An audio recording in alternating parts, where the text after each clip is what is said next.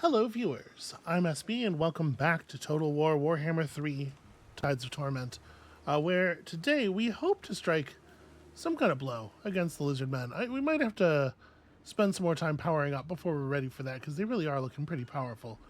What all is going on over here on the Elf Island? All of the settlements we can see belong to the Dread Fleet. The Dread Fleet don't love us. 40 points of base aversion. But they do love everything that we've been doing because they hate everybody who's at war with us. So that's good to know. There's a smaller Slaneshi faction up here, it looks like. Oh, maybe not that much smaller, actually. Oh, this is the main... Sorry, this is the main Slaneshi faction. Once upon a time, not so long ago, this was the only Slanesh legendary lord. So I'm kind of just like looking around for other targets right now. So if we were gonna not try to push in and attack the lizard men right now, because I'm still not feeling ready, where would we go? Up here we have what's his face? It's one of these high elf factions. I'm just taking a look at who else we know who looks weak, basically. Who do I think we could win a war against? So we don't actually have Nagaryth here on our list. We're not formally acquainted. The Heralds of Ariel are not looking terribly strong. We could push up north toward Hag Hall. But that would mean going around this Bleakhold Fortress area. It's not horrible, I suppose. We could end up fighting Dark Elves for a very long time. So one of the major Dark Elf factions right here, the Cult of Pleasure. The other major Dark Elf faction, the big one, is further north, up in this area.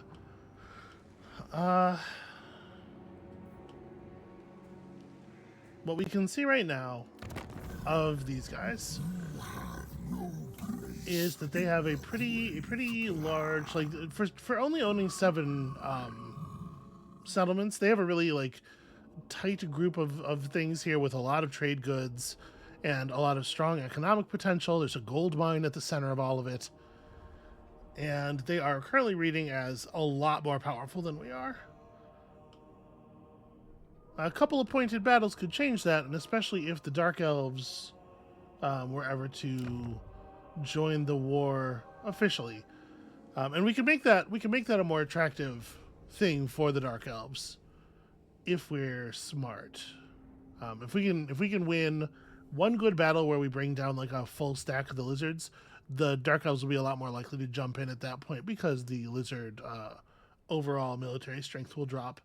We could also sail further south,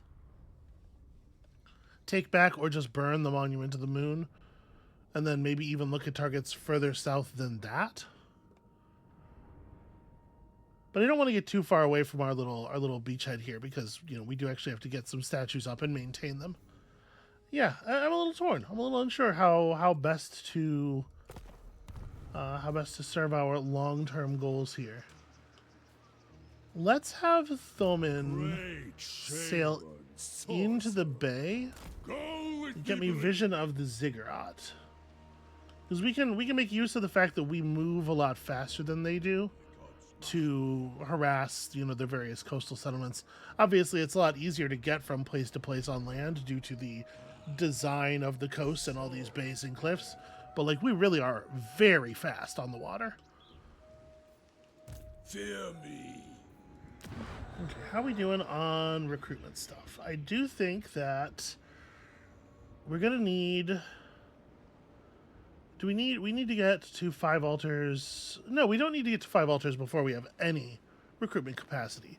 We can get a couple of Chaos Warriors, even with only 1 level 1 allegiance. So let's build the building that is for that, and we'll try to get ourselves some more advanced units to help shore up the distance here.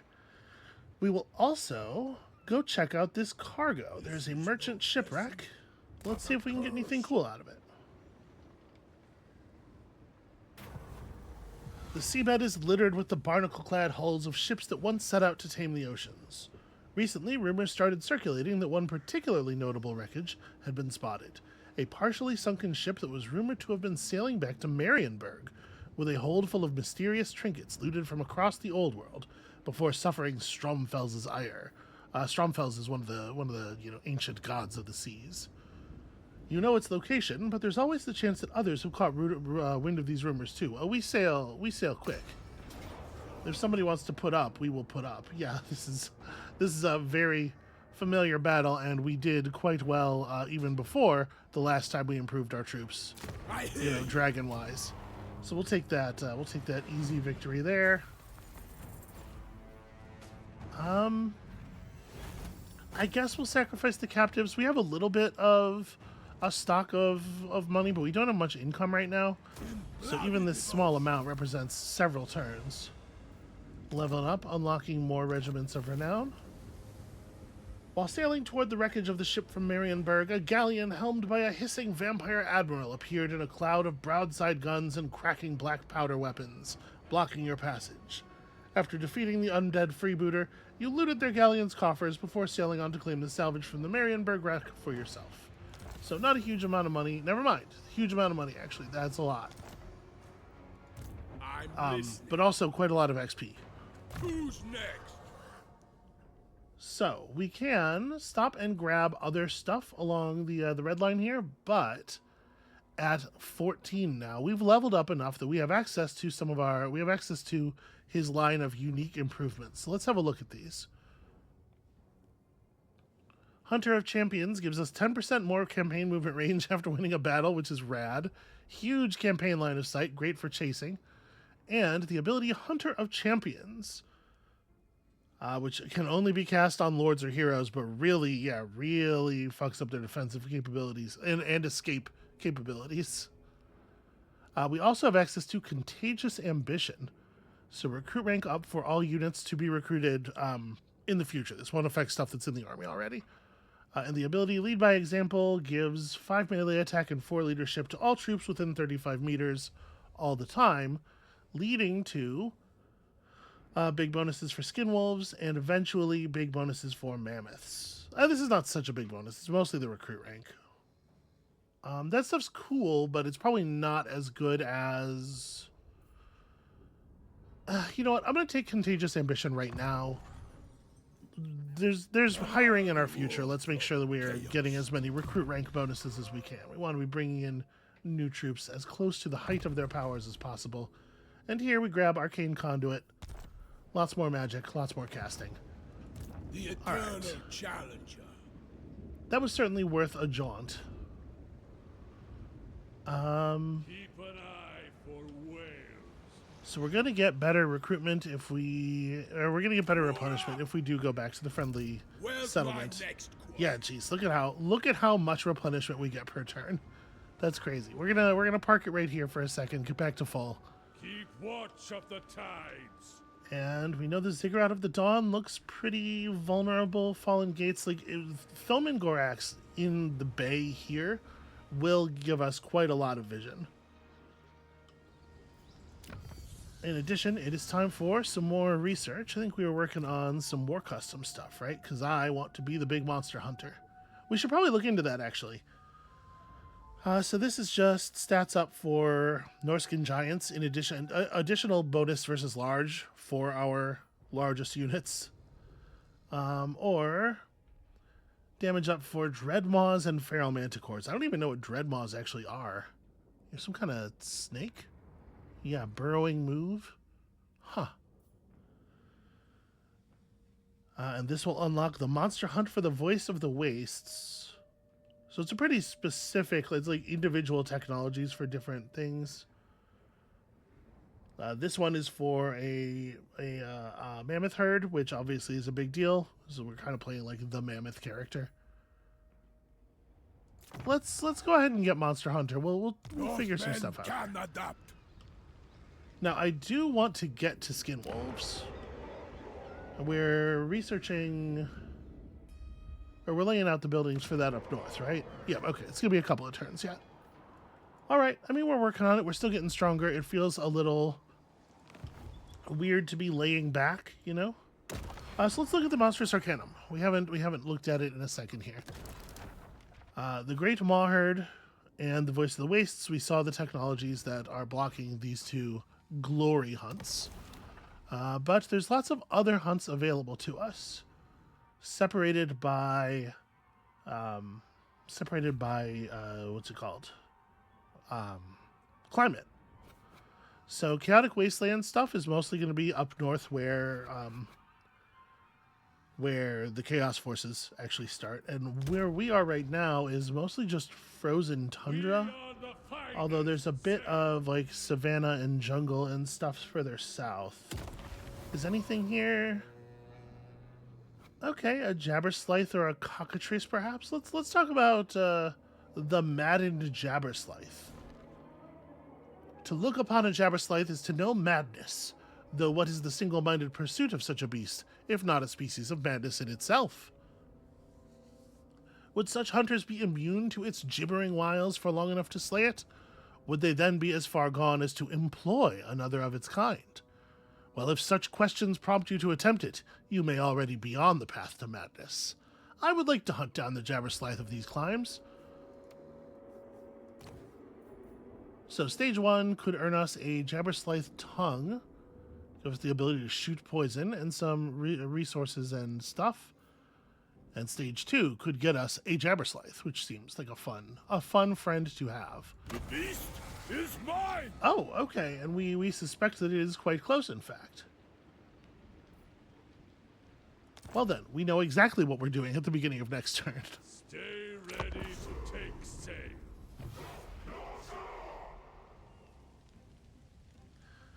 The biggest problem we have right now in our conquest of the Lizardmen is that the Lizardmen don't have any other large-scale problems. They're at war with us, and I believe just us. And that's going to make it very hard to push in on them.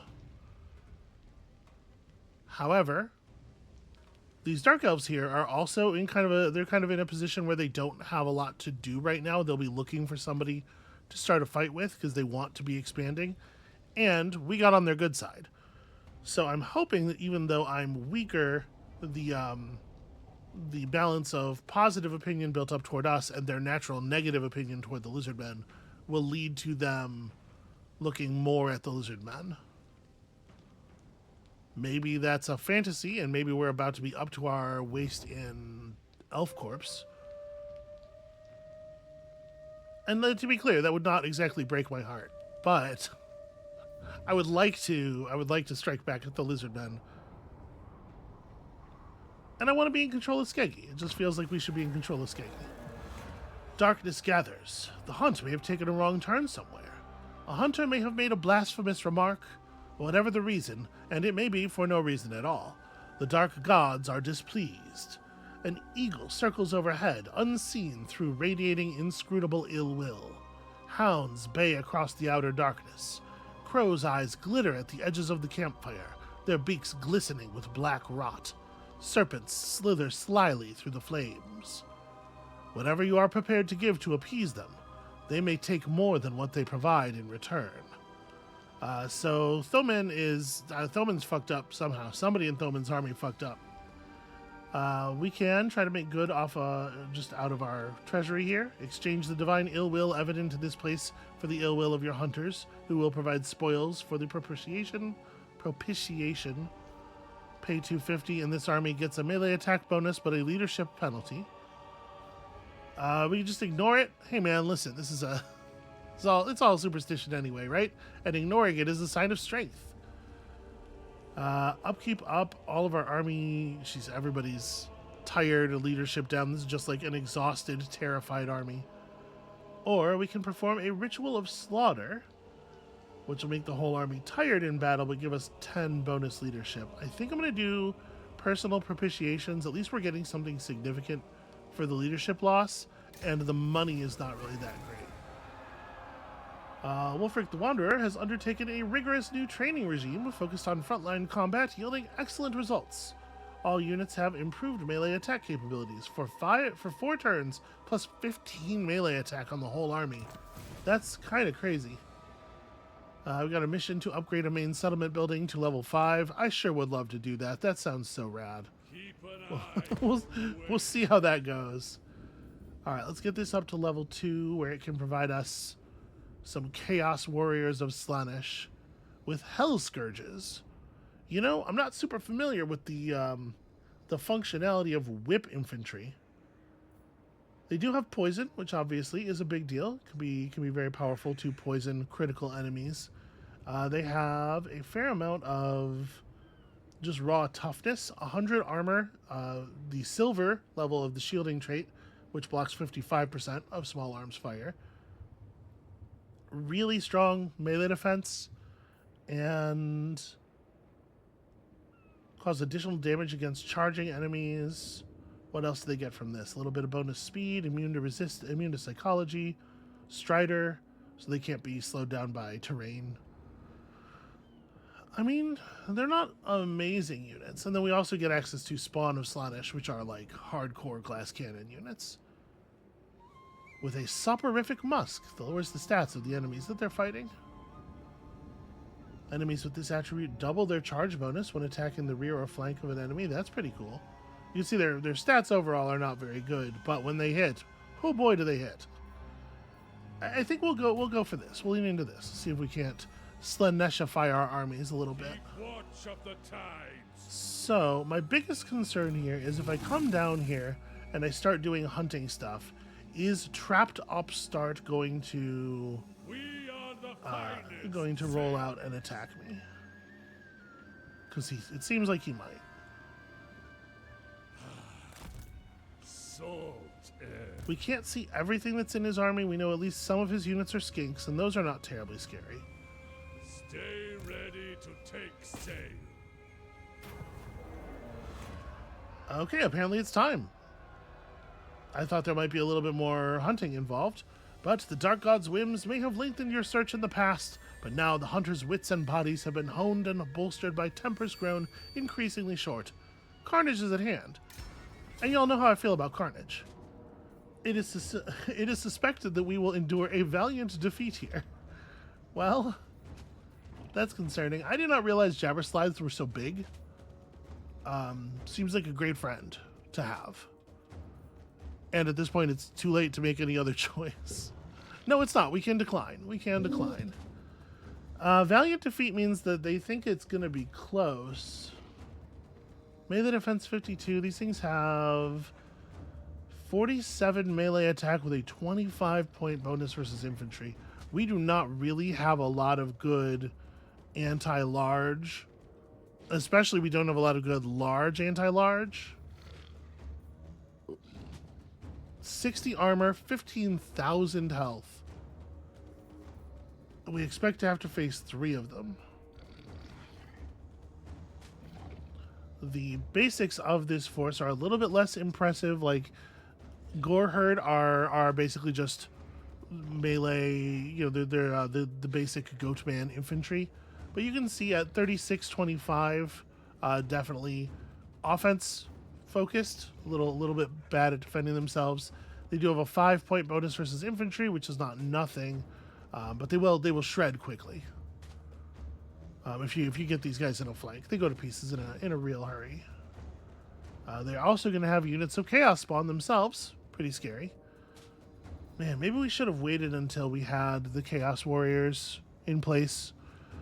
Like, the percentage stat reductions from poison are really powerful against the thing that has this much raw stat to throw at you.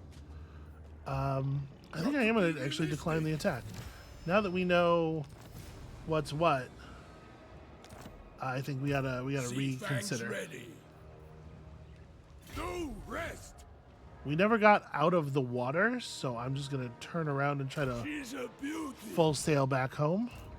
And I think we're gonna do the same with you, because obviously I don't want trapped upstart Keep watch of the tides. getting a hold of either of these armies. Here, let's actually drop you out of full sail. For the beyond. We'll just move as close to the line as we can, because I think we should be able to get within reinforcement range of Wolfric here. Yeah. All right. So if one of the armies gets attacked, they'll both get to fight. Sea fangs always. Okay, the Cult of Pleasure did go formally to war with Hexawaddle. So that actually bodes really well for us. We're probably going to see some action along this line now, which means that they're going to have less stuff sitting around to do battle with me. Which is great news, in theory. We just gotta wait for our opening. It's possible Wolfric's army could take Trapts right now. It's a little hard to know because we haven't been able to see his full setup. And it is the case that, like, we're not good at dealing with an army full of Sauruses. We would be fine against an army that's primarily skinks. Okay, no, we get to see everything now. They traveled over the open road enough times in front of us. So he's got some big dinosaurs in his army that I was kind of not expecting at this point in the game. Certainly a little bit more advancement along the advanced troop lines than I would like. We'll take a look in a second at the once we get control back here. We'll take a look at the precise makeup of that force and see if we can't figure out whether or not I think I can handle it. I'm a little worried about the amount of stuff I saw breathing fire on the right side of the troop line. That's a little concerning.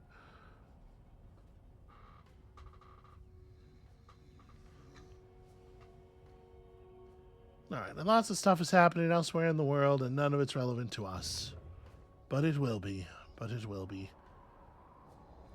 There's all these black flag with the blue line factions are just like, just random pirate fleets sailing around. Ooh, look at that, a mysterious island. I would love to grab the mysterious island, but I think we probably got to stay focused here. And we've lost vision of his troops again. That's weird. Norscans are sailors at heart.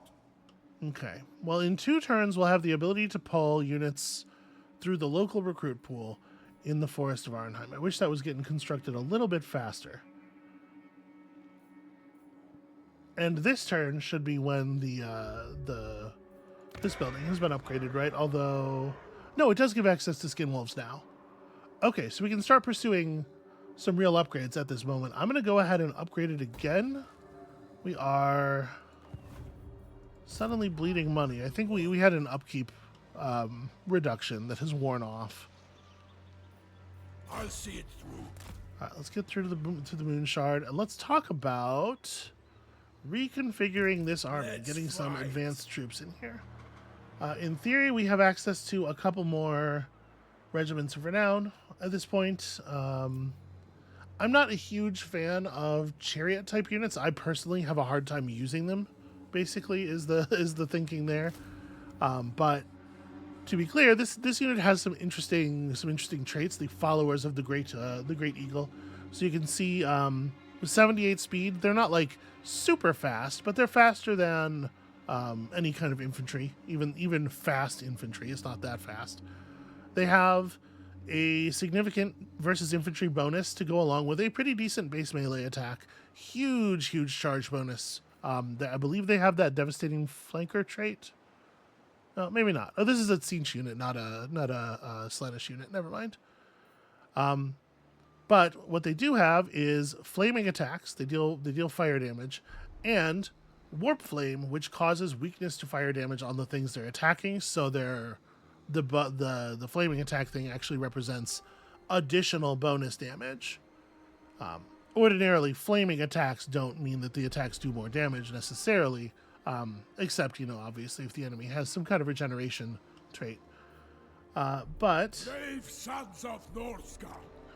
what we're looking at here is we can get skin wolves into our army now in 2 turns. These guys, as you can see from their stats here, not super strong defensively, 30 melee defense on 15 armor, but they are anti-large. They are pretty quick moving. You use 75 speed, puts them solely strongly in the cavalry. I know it says monstrous infantry, but they are essentially cavalry, and they fill a cavalry role, and they're large, so they have all the same strengths and weaknesses as cavalry. But they have a great big bonus versus large, really good at eating monsters. They have this frenzy ability, which, as long as their leadership is high, gives them lots of bonus stats and the immunity to fear and stuff. They have basic regeneration, and they have a raw 20% physical resistance to make up for their lack of armor and stuff. Pretty good troops overall, and I would very much like to invite 3 of them into my army. So the question is, what do we want to pitch for them? They are effectively, like I'm saying, ground cavalry. So we still want to have enough infantry that we have the ability to maintain a sort of like a standing combat position. I'm wondering, like, do I just drop 3 marauders? That would leave our core melee group as a marauder champion, 2 marauders, 2 berserkers, and 2 great weapons, which is still 6 units. Maybe I'm over specializing here because I'm also talking about bringing up those chaos guys. But those chaos warriors are going to be core melee troops. Yeah, we're going to bring these in. And with those 2 extra recruit ranks, look at that. But that does mean that we're sitting still for 2 more turns. Dark Seal. It's not exactly the most action-packed that things could possibly be. I really wish I had a good way of keeping vision going over here. What we need is to hire some heroes. We need scouts and stuff. We are working on the building that will let us hire a Skinwolf Werekin who could potentially be used as a scout. But right now our intel gathering capabilities are pretty poor. I do like that we're keeping 1 full-sized army out of the war with the Dark Elves. Hopefully that gives the Dark Elves a little bit of meaningful advantage. I would love to... I don't know. I think I'm just going to sail back over here. If we just keep this army running back and forth, that's kind of good enough for me, I think. Oh, never mind. Never mind. Hold on. Cancel. So it turns out Lord Mazdamundi is up here now. They have, in fact, run a lot of force up in this direction. I wonder if they're planning on attacking across the bay or something. So from Mazdamundi's army, we can see a little bit. He has some skinks. He has some sauruses. He has some temple guard, which is basically just like a saurus plus. What if incredibly tough saurus units also had proper armor and real shields and stuff? Very annoying to deal with. Some cavalry, Cold One riders, dinosaurs riding dinosaur cavalry. Scary stuff overall. But we're not seeing a lot of like huge dinosaurs, which is not to say that they're not in the army. As we saw with that army, sometimes they just ride in the question marks. But it is worth noting that Mazdamundi himself is level 20. He's going to be a huge pain in the ass in combat, and Wulfric is not quite in that position. Now, Wulfric is a combat monster, and he's statted like a guy who kills people for a living, while Mazdamundi is a wizard. He's unusually fighty for a wizard, as most legendary wizard lords are, but still he doesn't stand a chance in single combat against Wulfric. But you'd like for the variance to be a little bit bigger than it is. Now that's interesting, and that might give us something to do. One of the High Elf factions is pushing back against the Dreadfleet, and we have some Dark Elves running through our territory. I mean, I'm fine with that. Marathi looks like she's headed in the direction of fighting lizardmen instead of us, and that's okay with me. But we can try to keep the High Elves weak, offer support to a faction who could, in theory, be a short-term ally, and claim some more territory that's convenient to our existing territory all at once here if we jump in this war against the High Elves. Sailing around the edges of lizard territory looking for an opportunity to sort of like nip at the corners of their empire. It's not my most favorite strategy, so I'm glad to see a position where we might be able to do something a little more proactive, right? Get the smashing on proper. But again, we're still in recruit mode right now. And hey, look, it's another one of those blood-soaked ones. Base weapon damage up by 20 for all armies of all factions. Now, when it says something like this, what it means is that each figure in the unit gets 20 added to their damage value. So this is a much bigger bonus for some factions than it is for others. Factions that rely, like ogres, for example, on units with a smaller number of more elite figures are going to get a lot less out of this, a lot less benefit out of this. We'll do okay by it. You know, obviously our Icehorn Marauders and stuff do love 20 bonus weapon damage. Thoman, why don't you go see if you can see what's going on with the High Elves over here while we wait for stuff to complete. So one more turn on that, which is unfortunate. It would be really nice to be able to overlap these recruitments, and then 3 more turns on this upgrade. It's a long upgrade. Okay, we'll get there.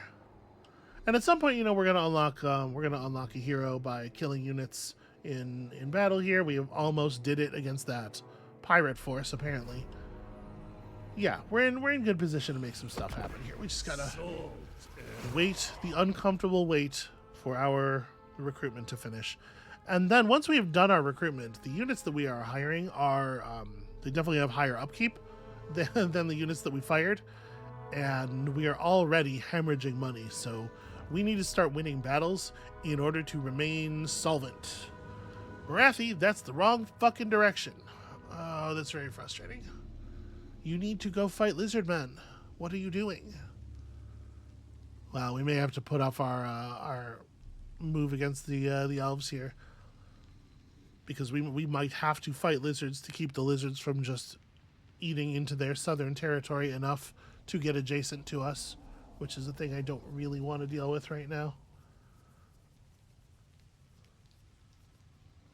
Let's see how bad everything looks in a second here, once it is properly our turn.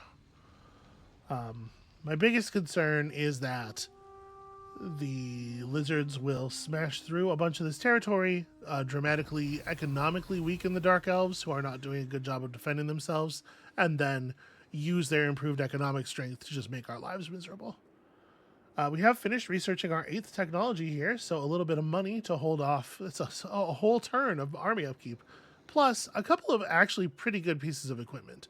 This is just minus 18% damage for the unit who wears it, which obviously is a big deal. We got some stat ups for units that we're not using. Cool, cool. We're going to go ahead here and grab Monster Hunter, which is going to lead to some mammoth buffs. And you know, we do have a Chaos Frost Dragon. We're at least getting some benefit from the stats here. Okay. What does natural selection do? Recruit rank and leadership up for skinwolves and whatnot. Well, that would have been a good thing to grab a few turns ago. I'm not going to worry too much about it now.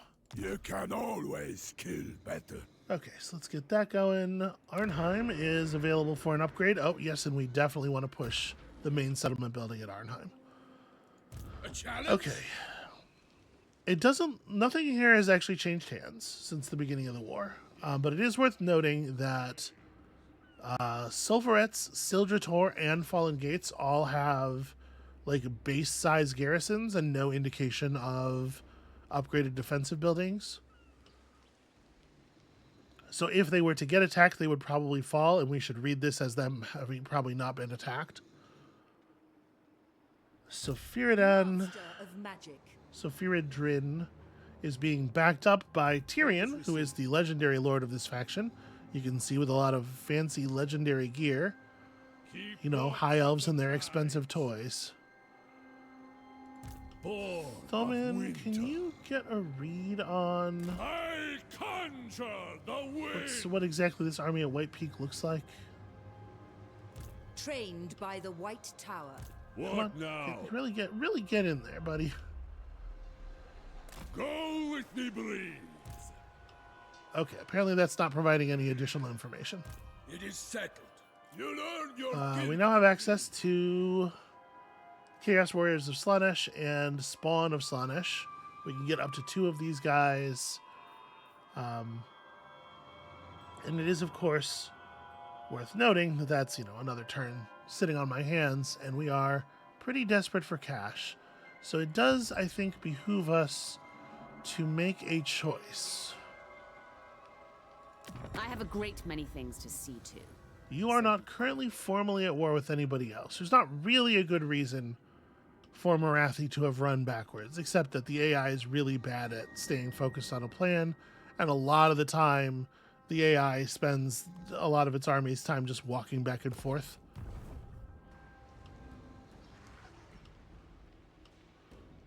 Kind of annoying. Speak.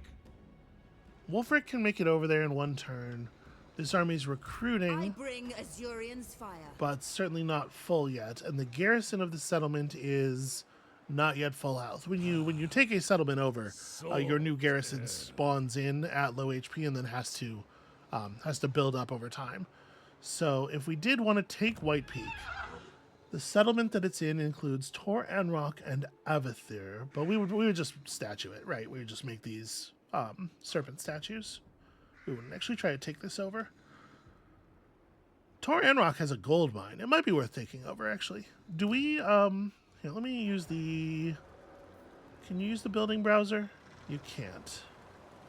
Okay. Not all factions benefit to the same degree from, like, gold mines and stuff. We don't have a lot of mining knowledge. It's not really how we do things. My guess is we probably cannot construct and operate a, like, real functional gold mine. To the four corners. But I think we are going to have Wolfric come over here and attack. My temper is quick. White but Peak some is fire at is war with the Seducers and the Dread Fleet. Who wants to buy me into this war? Am I getting myself into a position where I have more problems than I can handle? Yeah, maybe. So let's see here. The Seducers have strength rank 12. Dreadfleet has strength rank 121. I think you guys probably have more money. I would join your war against Eotane. What would you do for me? You would give me a trade agreement. And then also pay me $1,800. I'm into that.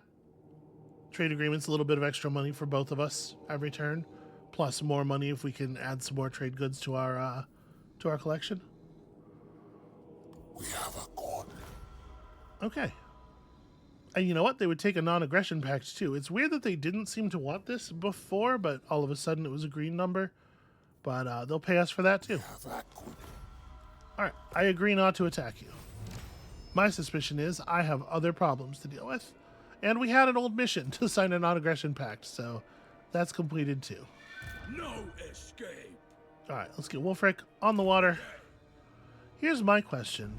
Will Thoman Gorax show up as reinforcements to this battle if we fight it from the sea?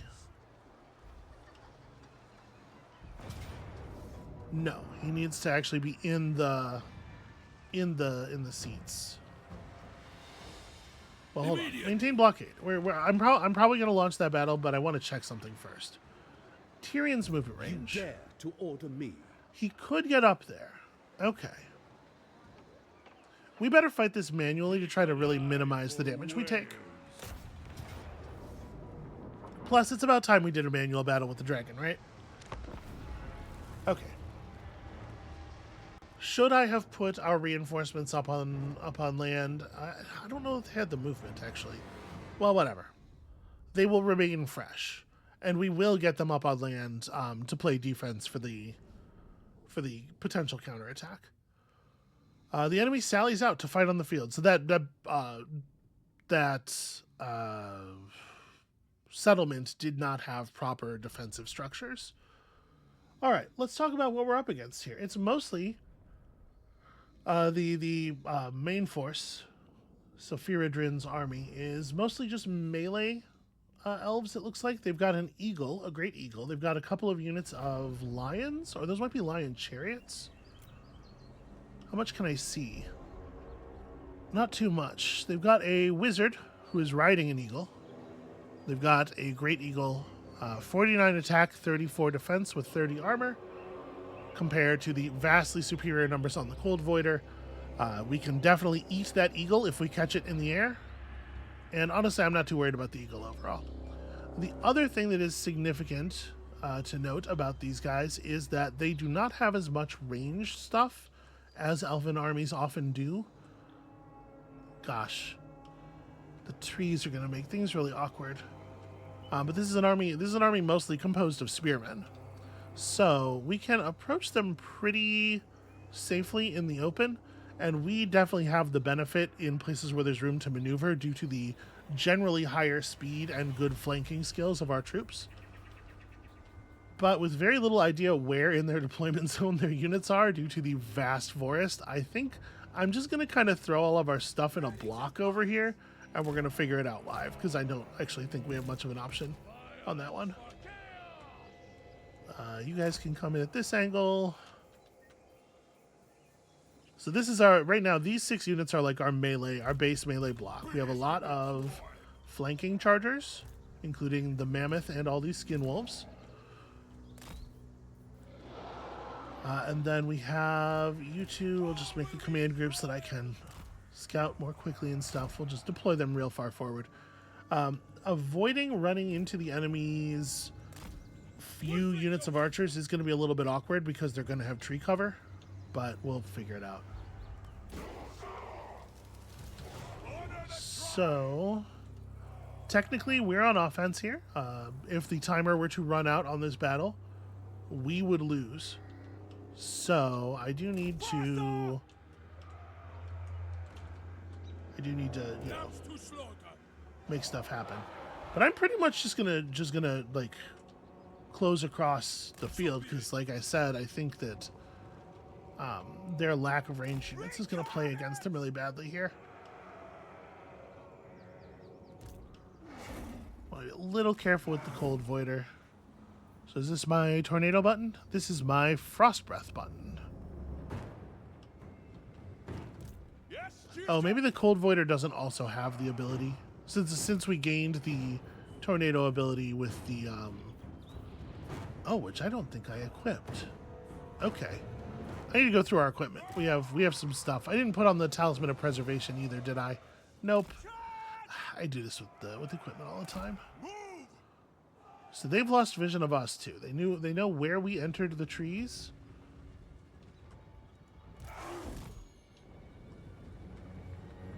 But they don't have vision of all of our stuff. You can see down here at the bottom, anything that's got the little eyeball above it is only visible to units that are nearby. We saw their archers over there for a second. So they are setting up to try to catch the dragon. They stepped outside of the trees a little too much. Unfortunately, our melee corps is the slowest part of our army, which, you know, makes sense. If they were faster, they would be better at flanking.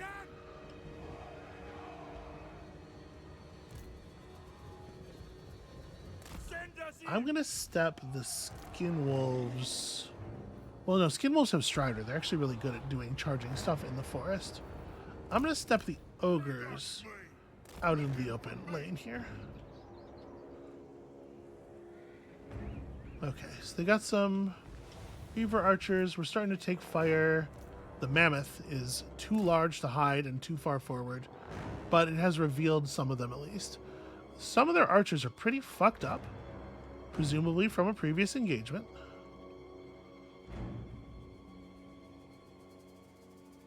I mean, we just want to back up. I don't really think that gives us anything. Like, we are just kind of running at them with our base troops. We don't want the flanking troops to get there before the base troops get there. You guys are, yeah, still kind of just moving to cover. I can have Wulfric charge. Wulfric is not super great at moving in the trees. He doesn't have Strider, so he's going to take that penalty. But the charge would be honestly as much about getting Seafang off as anything else. We can also, of course, cast some other magics. Where are you right now? Okay, you need to come forward to like here at least. One thing that is a huge pain in the ass about these elf units is they have range forever. They are extremely accurate archers. They can hit you from a mile away. Let's bring up Wolfric. Let's try not to take too much damage here doing this. Executing! But if I can get a good clean Sea Fang off, I'm trying to guess at like what is around them. We'll say it started here and fire out like that. Chaos undivided!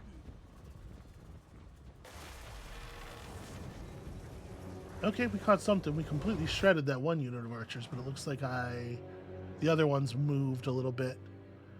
Okay, we can see here. So they've got some ship's company. This is just basic sword and shield infantry. They got some white lions of trace. These are highly elite great axe infantry. You can see their big armor, pretty good stats. Some of their stats are kind of hidden in this martial prowess ability that they have, which is true as long as they have more than 25% of their HP. The dragon's going to do a lot here.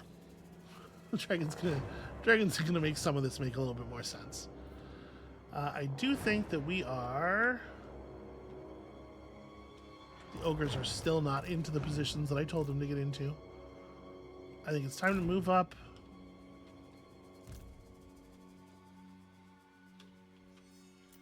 You guys finish doing that. We're gonna set some flanks into motion here. Okay, they're just running right up. They just want to do it. I appreciate this. We are going to let in their weapons. We're going to send in the Drake. You are not, in fact, going to back up. You are going to stay in the fight. Time to hit fight or die? Yeah. Leadership and melee attack up for everybody. Melee attack and melee defense down for my enemy's most elite troops who had the bad fortune to engage in an area where they did not understand what they would be up against. And let's achieve some wraparounds here. So these Lothern Sea Guard units are pretty decent archers and pretty decent spear infantry. They don't really have any of the downsides of being a hybrid unit. They're just good at everything. We're going to deal with that. Over here, they have left a unit of Illyrian riders to try to counter the dragon. We're going to try to counter them with Dragon's Breath. You guys are coming down this way. The mammoth is coming down with you because it doesn't move so good in the trees. But the skin wolves will get where they're getting. Trees are not. And Vidomar. It is time for much metal rain. So you guys are right there. They're probably not going to move too much further forward. Yeah, let's pull like here. I'm going to try very hard not to hit my own units with it. We have War Lions of Trace coming up on the side here, which is a pretty good spot for them, actually. Yeah, that's going to be tough. Our Marauder Hunters are not going to deal with that well. You guys need to start throwing stuff at the lions. Yeah, maybe I should actually pull.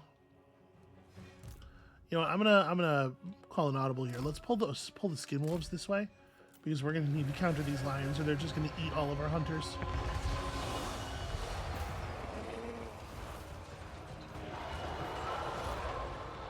All right, Separate.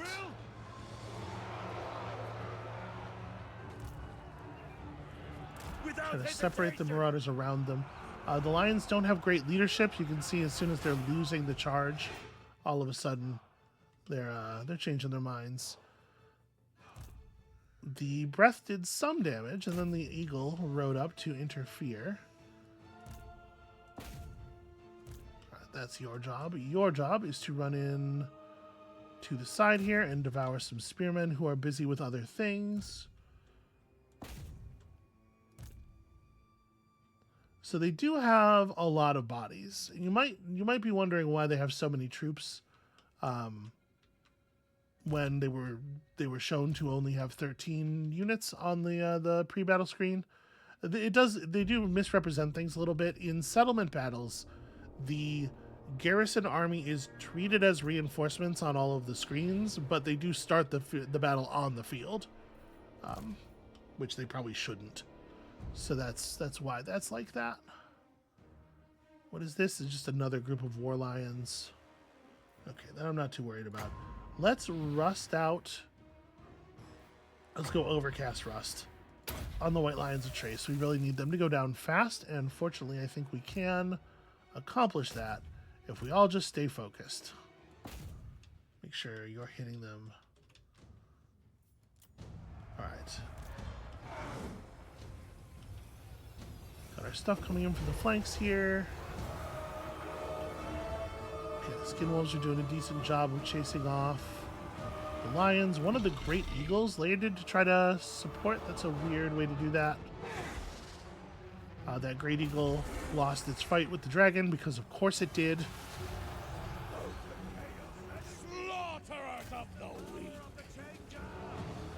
Alright, let's grab these skin wolves and pull them back up to the front here. Sorry, you guys can keep fighting the eagle. Chaos comes! Unfortunately, those lions are going to come back, and we're not going to really... There's not a lot I can do about the fact that we're going to get rear charged by lions at some point here, because we can't chase them as fast as they can run away from us. Let's call the Cold Voider back to the battle. One of the units of ogres can continue the pressure on the cavalry here. Looks like our mammoth is doing just fine. The marauders with the great weapons are doing just fine. Wolfric can throw up a second. We have broken a lot of elves here. It's a little hard to tell. Let me try shooting this boat in such a way as we hit a lot of enemies and we don't hit our own berserkers very much. Something like that. Their lord here is an archmage, and if Wolfric gets a hold of him, he will melt. So I think that's going to be our next concern. You are mine! Actually, the dragon can get a hold of him too. Ogres! Chaos Marauders! Okay, marauders, you don't have to chase them. You got them. We're good. Okay.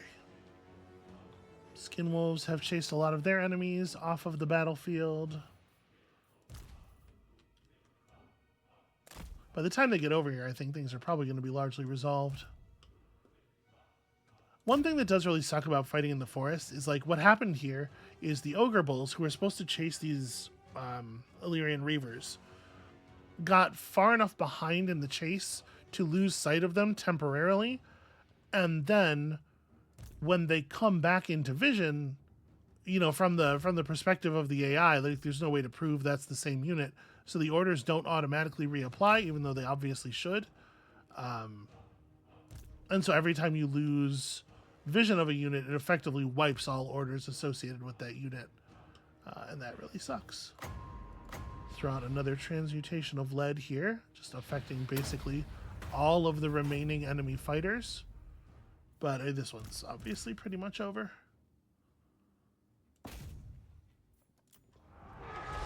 Yeah, their lord surrendered after a single blow. Okay, and the rest of them surrendered shortly after.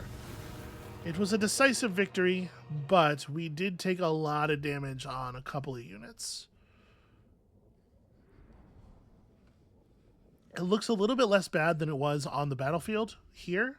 And part of the reason for that is that on the battlefield, the health bar that you see above a unit is the combined HP of each figure in that unit, right? Which makes sense.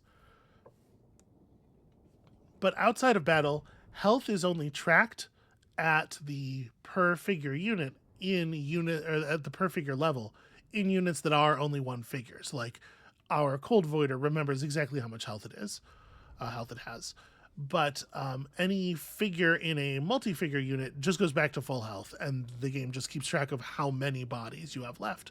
So, like, one of our great weapon marauder units looked like it was in much worse shape because it had a relatively large number of people who were injured but alive, And so on the map, once we go back to the world map and they're each treated as being at full health, all of a sudden they're in much better shape. This one actually did just lose almost everybody. But they did some important work for us, and you, as you can see in their kill count there, they were doing the things that needed to be done.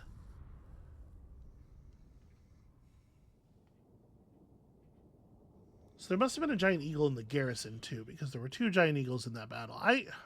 Personally, I think the giant eagle is just not all that impressive of a unit. The elves sure love him though. No, maybe there was just one. I thought there was one on each side of the... Oh, whatever. Doesn't matter. They're summonable too, so I don't know. That was an awful lot of money.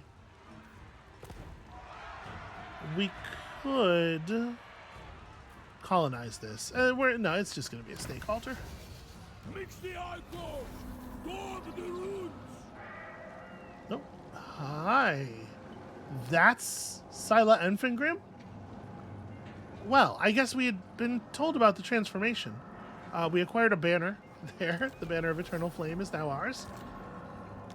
Permanently killed a couple of elven characters. Gained a trait for Wulfric when attacking, leadership up for his whole army. And he has proven himself to be both a master and a commander. Also, personally leading the charge in a lot of battles. Gives one a good charge bonus. Wulfric is just like stacking up the traits. Okay, we got our hero here. I'm gonna throw Thoman Gorax up onto land here. Scylla, your tail is making it really hard not to click on you. What's your deal? What's your entire fucking situation, my man? That's pretty rad. He's got a brass collar of corn, which is giving him some armor. Effect intensity increases with each kill made by the unit up to 100 kills. So up to 20% damage resistance and spell resistance. Well, 15, you know. Yeah, terrifying. Terrifying combat unit. Melee attack 52, melee defense 30, with a charge bonus of 60. He's definitely intended to be a flank and smash kind of fellow. He's got the bark of corn, of course, as you might imagine. His serpentine tail causes damage per second, just he's smashing around, constantly damaging everything in range. He's got frenzy. He is the Crimson Juggernaut. Look at all of that charge speed. And the ability to kill for corn. So it's an explosion that causes all the units nearby to go into a rampage. All enemies that are like within range of him to go into a rampage state. Fight instead of running. Yeah, he seems really powerful. So I was thinking that this might be a hero to run around the map as a sort of a map action kind of fella, but I think perhaps he is best used in one of the armies, don't you think? He hates Slaanesh. That's interesting. There's a lot of enmity between the Chaos Gods. And I think we're probably gonna go ahead and slide him into our second army then, because I think our first army's got a lot of the strength already. Also, upkeep down for Skinwolf, Ice Wolf, and Warhound units in his army. That's cool. So he, as a legendary hero, he cannot be permanently killed. Whenever he would be killed, he instead just will disappear from the map for a few turns. Yeah, what a cool dude. Let's give him some more armor. Does he want our new sword? I guess so. And then, yeah, he's good. We're going to give this other stuff to people in the other army. So, Sea Fang's ready. I don't know that Wulfric necessarily needs a Talisman of Preservation, but I intend to use him in a very aggressive way pretty much all the time. So, good idea for him to have just massive damage reduction. And then, again, it might be overkill to give him the Frost Dragon scale, but it also feels appropriate, right? He's the one who earned it. He doesn't actually have a weapon for his weapon slot, not like a stat increasing weapon. But we're gonna get there. I'm not too worried about that. So that means everything is now equipped except for the potion of toughness. And you don't have anything in your enchanted item slot, so welcome to a potion of toughness.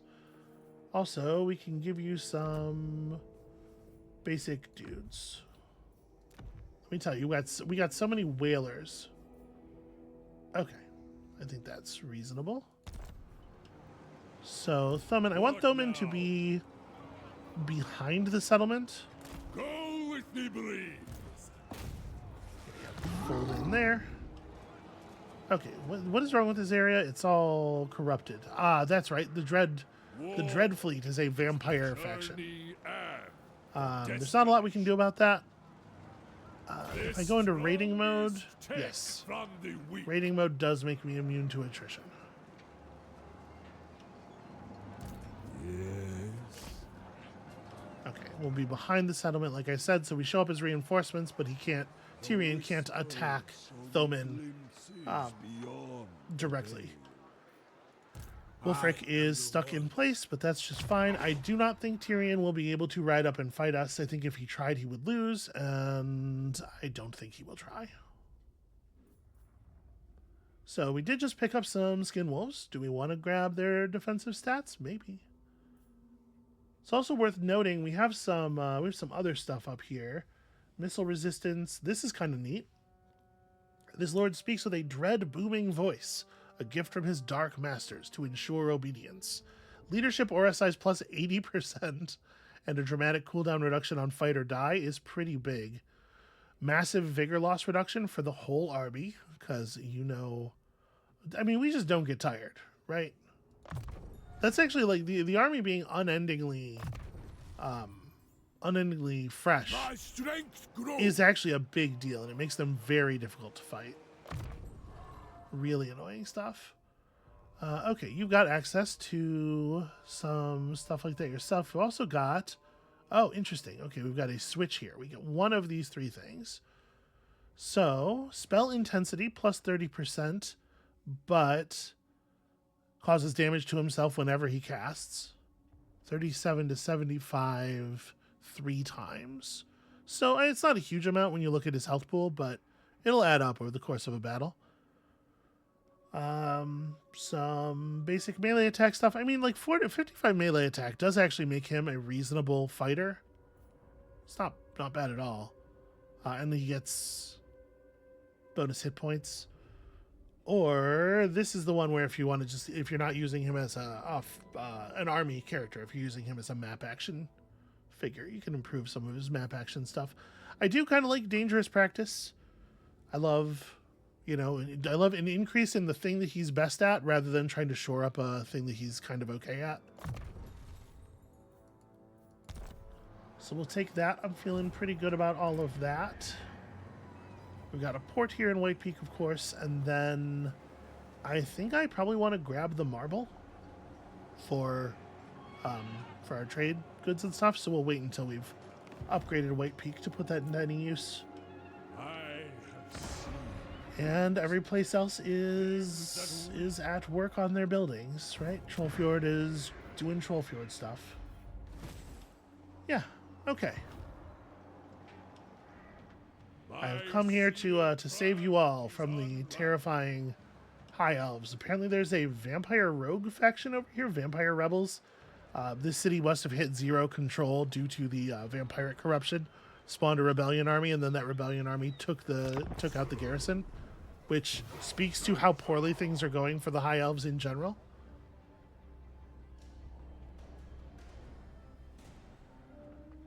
I think this is good news for us. Establishing a foothold here on Ulthuan could be real good news. Tyrion went into march mode, and it looked like he maybe went into the sea, or at the very least he rode out of our vision. So that's interesting, and it does encourage us to continue southward. And this should give the Dreadfleet armies some time to attack. So you see, Ulthuan is shaped kind of like a horseshoe a little bit, and it's got this like outer set of settlements, an inner set of settlements, and then a huge mountain range dividing them.